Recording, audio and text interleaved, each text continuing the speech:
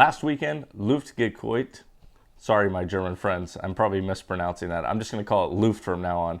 It happened last week. If you don't know what Luft is, it's one of the biggest gathering of air-cooled Porsches in the world. I think it's the biggest in the US. It happens every year. It's complete insanity. Some of the most historical Porsche race cars and street cars ever made, and it's all air-cooled. So it's from, I think, 1964 to 1998, somewhere in that range.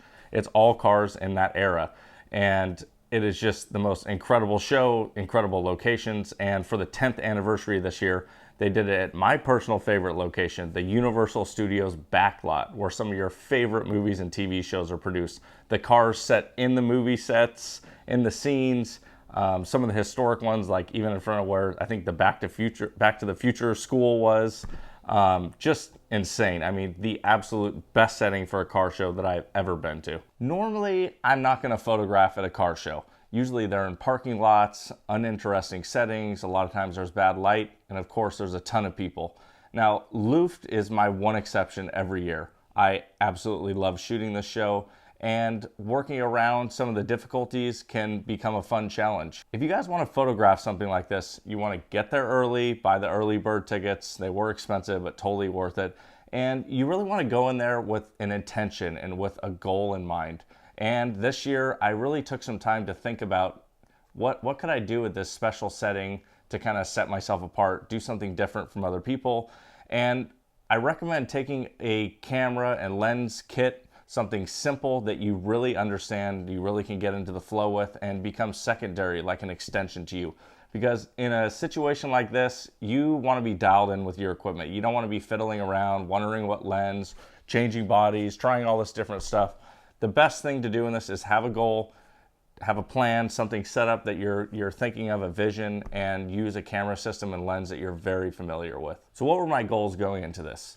I thought to myself, instead of photographing this from a perspective of a professional photographer, someone with maybe the best gear and things like that, I wanted to kind of dumb it down, simplify, and I thought to myself, what if I photograph this in the perspective of maybe just a spectator that was there in 1975, 1985, 1995.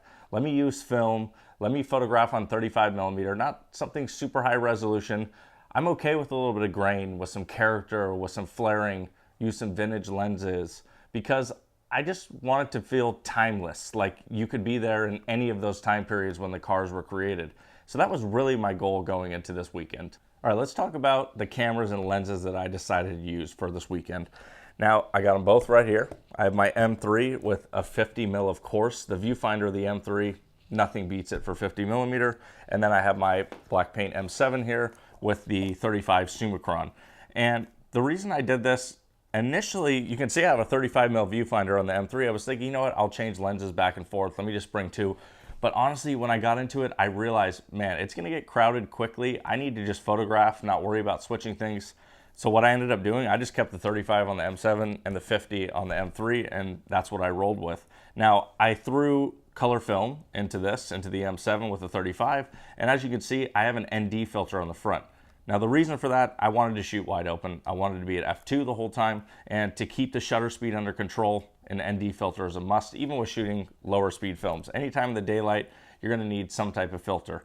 Now, the M7 is kind of the opposite of the M3, and well, the viewfinder allows 35mm frame lines, which is really nice, so it makes it work here. But also, I tried the aperture priority mode quite a bit, and having those intermittent shutter speeds that you get with the M7 was really nice, and having to meter with just one camera was also pretty nice. For the second camera I took, I used the Leica M3, and this is my personal holy grail camera, an olive green original. I'll talk about this later in another video, but I put the 50 on here, and as you can see, if I take this off, it's an orange filter. Now, what the other thing is with this lens, if you take this off, this is one of my yellow glass radioactive Summicrons.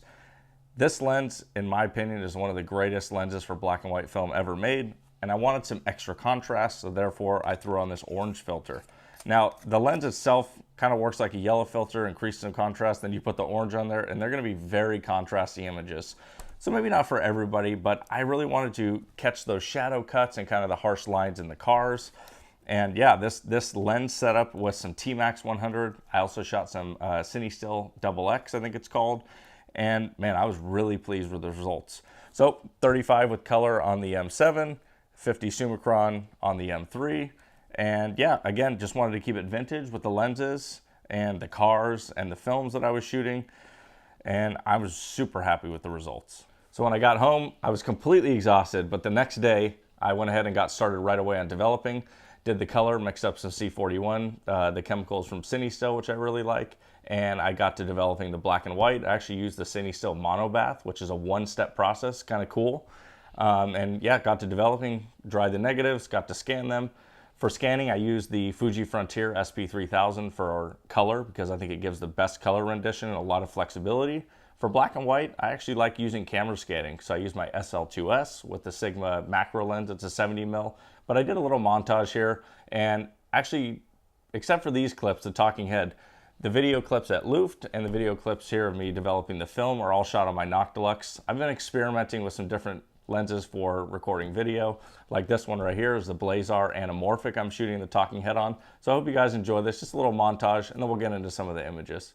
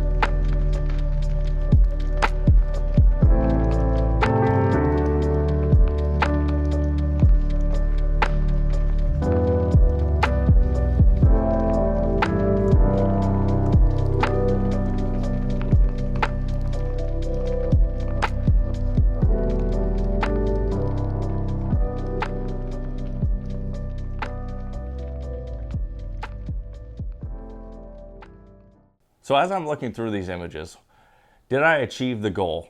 I would say yes, I got pretty close to what I wanted. Now, I actually think that maybe some of this color film had gotten run through an X-ray machine. This is another disclaimer for you guys. If you're gonna shoot a show like this that's very important, or any type of photographic endeavor that you're gonna do that's important to you, that you want the images to turn out, just buy fresh film, okay? Don't take the risk like I did. Bit of a mistake on my part, but they have a little bit of extra grain and things like that. Not the end of the world, you know, it's okay, but just a note of something I wish I would have improved on a little bit. But yeah, looking at these images, I'm really happy. And actually, I used some of the CineStill 400D, and man, I really like this stuff. Some of the halations that you get and the flaring from the Summicron here that I'm seeing, man, it's really actually pretty nice. It kind of gives me the feel, it kind of brings me back to when I was there. You know, we had that nice morning light. We were there quite early with the early bird tickets, and I don't know, something about these just has a nice feel and kind of a look that I was going for and kind of what I wanted to achieve. Now, one thing I want to say, I did take some digital images. I'll throw some of those in here. And they are sharp, they're amazing. I mean, I really like how these turned out. And I edited the digital images first. And the thing is, when you go from I mean, this wasn't high resolution, but even a 24 megapixel sensor like this, and you go back to 35mm film, the difference in resolution can be a bit shocking. And I will say that these images have grown on me a bit as time has gone, and I've realized it's like, all right, the perfection, this is not what you're after. This is the whole reason that why you shot 35mm. Embrace the imperfections, the wabi-sabi of these images, and don't worry about ultimate sharpness. It's okay. And as I've kind of let the film marinate, as I like to say, over the last couple days, I've really grown to like them, and the color images are really nice. Like I said, the CineStill, really happy with that. Some of the portrait, although maybe X-rayed, still pretty happy with it. But I actually really love these black and white images. Using the CineStill XX, it was my first time. Shouldn't be experimenting, but that's okay. It's my first time. I've heard a lot of good stuff about this. It's actually a motion picture film. Schindler's List, and I mean, a lot of Hollywood movies have been shot on this film. And for CineStill to kind of re-roll it like this, to be used in 35, is super cool. The other thing when it comes to a show like this is documenting the people there. They are what make the show special, and I had a lot of my friends there and people that I love photographing with. So I took a couple portraits of my friend Greg here, took a portrait of my friend Oscar, and man, film is real. When I look at these photos and I see kind of the grain and just the feel of them and the timelessness of the images, I mean, for me personally, I can't tell when this was photographed, and that was my entire goal and intention taking these photos. So even with some portraits like this, man, I just love the way the film turned out. All right, I hope you guys enjoy checking out some of these images and a little bit of behind the scenes at Luft. It's an incredible car show. I highly recommend checking it out, especially if it ever comes back to Universal again. But anyways, thanks for watching. I appreciate it, and I'll see you next time.